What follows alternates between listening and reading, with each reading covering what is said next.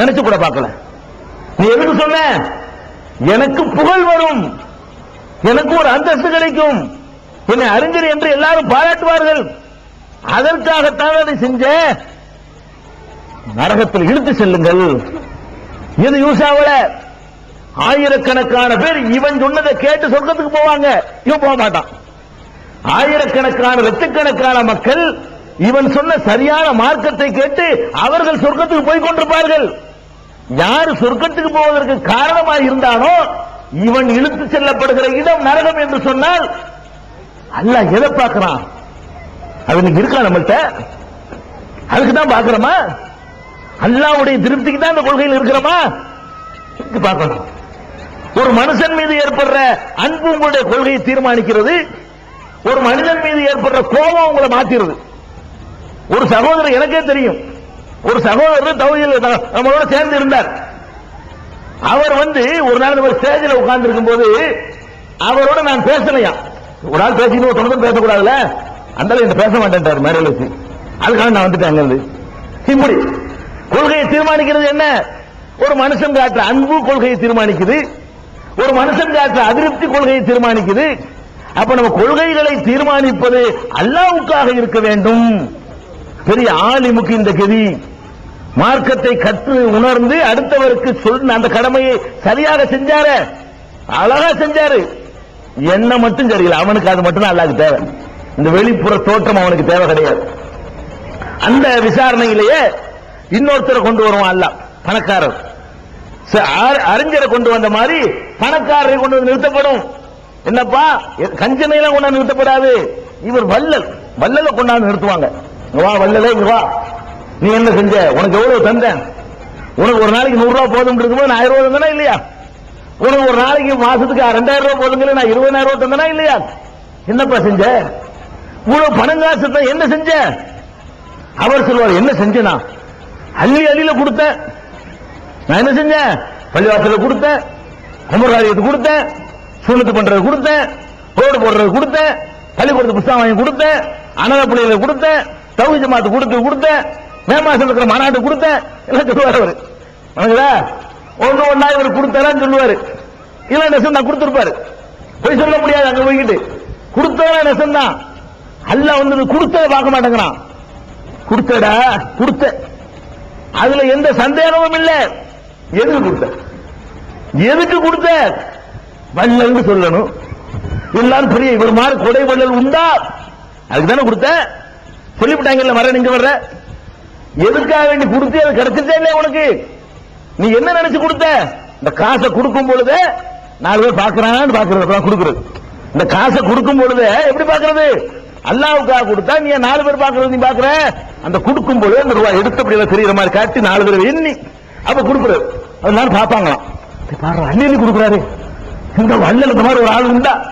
நீ என்ன ஒரு புகழுக்காக வேண்டி வாரி வழங்கினாயோ அந்த புகழ் உனக்கு கிடைத்து விட்டதா இல்லையா? உள்ளத்தை பக்குவப்படுத்துற நெருங்கிய இஸ்லாம்ங்கிறது சும்மா சோக்காற்ற வேலை இல்ல. எத்தனை பேர் நம்ம பார்க்கிறோம், ஒரு பள்ளிவாசலுக்கு 2000 ரூபாய் கொடுத்துட்டு இறையில கொடை வள்ளலே வருகன்னு அவனே போஸ்டர் அடிச்சு ஒட்டிக்கிறான். ஆமா, 2000 ரூபாய் பள்ளிவாசலுக்கு கொடுக்கிறது, உடனே போஸ்டர் 2000 ரூபாய்க்கு அடிச்சு கொடுத்து ஒட்டி எல்லா பக்கமும் என்ன ஒட்டுறது? இறையில கொடை வள்ளலே வருக, அவரே அவருக்கு, அவரே அவருடைய செயலுக்கு இதை பார்த்து கொண்டிருக்கிறோம். இதெல்லாம் கிடைக்கும் நினைக்கிறீங்களா? இந்த கொடுத்த ரூபாய் எல்லாம் பாப்பான்னு நினைக்கிறீங்க? அல்ல பிச்சைக்காரனா? அல்லாஹ் என்னமோ இல்லாதவனாங்க. இந்த ரூபாய்கள்லாம் நீங்க கொடுக்கலன்னா என்ன கொடுத்த அல்லாஹ்வுடைய கதனா கூடி போயிருதா? நீங்க கொடுக்கலன்னா அந்த காரியம் நடக்காதா? அல்லாஹ்வுக்கு இதெல்லாம் அவனுக்கு தேவை. நீ பண்பட்டு இருக்கிறியான்னு தான் பாக்குறான் அல்லாஹ். நீ பண்பட்டு இருக்கிறியா, உன்னை சரி பண்ணி இருக்கிறியா, மன ரீதியாக நீ தயாரா இருக்கிறியா, இது அல்லாஹ் பாக்குறான். அப்ப அல்லாஹ் என்ன செய்யறான்? தூக்கி எறிய சொல்றான், நிறுத்து போவன் பணக்காரன். அள்ளி கொடுத்தேங்கிறான், வள்ளல்ங்கிற பேருக்கு தான் கொடுத்தான். இழுத்து செல்லுங்கள், முடிஞ்சு போச்சா? நம்ம எல்லாம் ஏமாத்திரம்ங்கிறான். பணத்தை அள்ளி அள்ளி கொடுத்தவனுடைய கதை அப்படி. அதையெல்லாம் விட ஒரு பெரிய காரியம் இருக்கிறது இஸ்லாத்துல. என்ன காரியம்? நியாயத்திற்காக, தர்மத்திற்காக, நேர்மைக்காக களத்தில் இறங்கி உயிரை அர்ப்பணித்துக் கொள்ளுதல். ஒரு பொம்பளை போயிட்டு இருக்கு, 2 பேர் கையை பிடிச்சிருக்கிறாங்க, அவளை கற்பழிக்க முயல்றாங்க. நம்ம 2 பேர் பாக்குறோம், நம்ம பொண்டாட்டியா நம்ம தங்கச்சியா யாரும் நமக்கு என்ன அப்படின்னு போகாம ஏண்டா கைய பிடிக்கிறேன்னு நுழைஞ்சு அடிச்சு அந்த பெண்ணை காப்பாத்துறதுக்கு போய் அதுல நம்ம கொல்லப்பட்டுட்டோம். நியாயத்திற்கு தானே கொல்லப்பட்டோம். அந்த மாதிரி போகும்போது நம்மள ரெண்டு இருக்கிறக்கிட்டாங்க காலி ஆயிட்டோம். ஒரு நியாயத்திற்காக ஒரு அக்கிரமத்தை ஒழிக்கிறதுக்காக வேண்டி நம்ம உயிரை கொடுத்திருக்கோம் பாருங்க. இது அல்லாஹ்வுக்கு ரொம்ப விருப்பமானது. இதுக்கு பயங்கரமான தரஜாவை அல்லாஹ் வைத்திருக்கிறான். நியாயத்திற்காக மட்டும் இருக்குமே, ஆனால் அதுக்கு பயங்கரமான கூலி இருக்கிறது. அது மாதிரி ஏதோ ஒரு நியாயத்திற்காக உயிர் கொடுத்த ஒருத்தர் தூக்குவான். அங்க வா, அந்த உயிர் தியாகியே அங்க வா.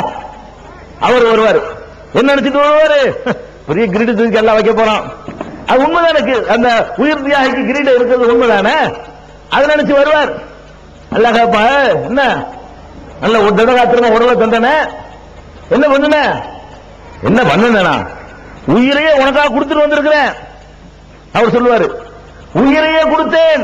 அன்று ஒரு நாள் அந்த பெண்ணுக்காக வேண்டி, அவருடைய கற்பை காப்பாற்றுவதற்காக வேண்டி, ஒரு அப்பாவியை கொன்றானே அதை தடுத்து நிறுத்துவதற்காக வேண்டி, ஒரு திருடனை விரட்டி அடிப்பதற்காக வேண்டி நான் என்னுடைய உயிரை கொடுத்திருக்கிறேன்.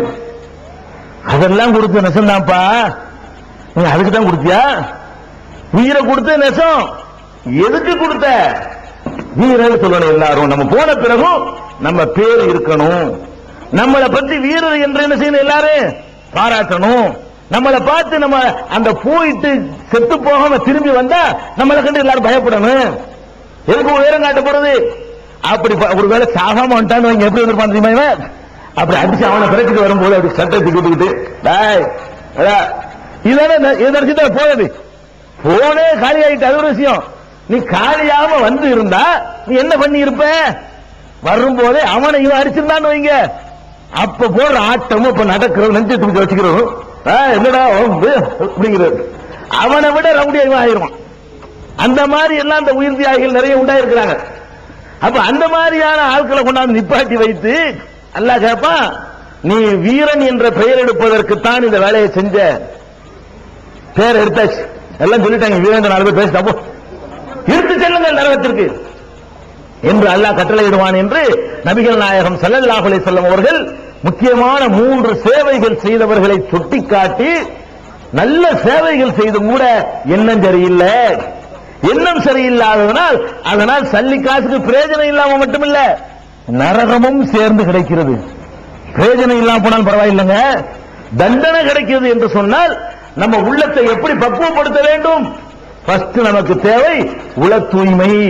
உள தூய்மை இல்லாமல் செய்யப்படுகிற எந்த காரியத்திற்கும் அல்லாஹ்விடத்தில் மதிப்பு கிடையாது. நபிகள் நாயகம் ஸல்லல்லாஹு அலைஹி வஸல்லம் சொன்னார்கள், இன்னல்லாஹ லா யன்துரு இலா சுவரிக்கும் அஜ்சாமிக்கும். உங்களுடைய தோற்றங்களையோ உடல்களையோ அல்லாஹ் பார்ப்பதில்லை. உங்களுடைய தோற்றங்களையோ உடல்களையோ அல்லாஹ் பார்ப்பதில்லை. வலாக்கின் யன்துரு இலா குலூபிக்கும். உங்களுடைய உள்ளங்களை அல்லாஹ் பார்க்கிறான். அல்லாஹ் எதை பார்க்கிறான்? நான் பேசுகிறேன் என்றால் நீங்கள் எல்லாம் என்னுடைய பேச்சை பார்ப்பீர்கள்.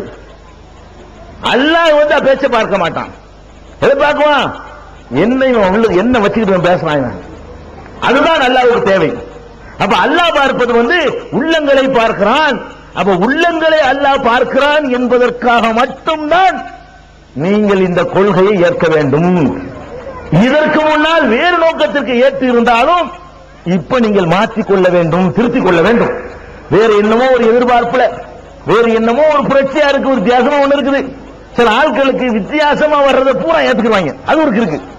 விலங்கி ஏத்துக்கிறது இல்ல, வித்தியாசமா ஒண்ணு வருதுன்னு வைங்களேன், புதுசா வர்றதெல்லாம் ஏத்துக்கிறது.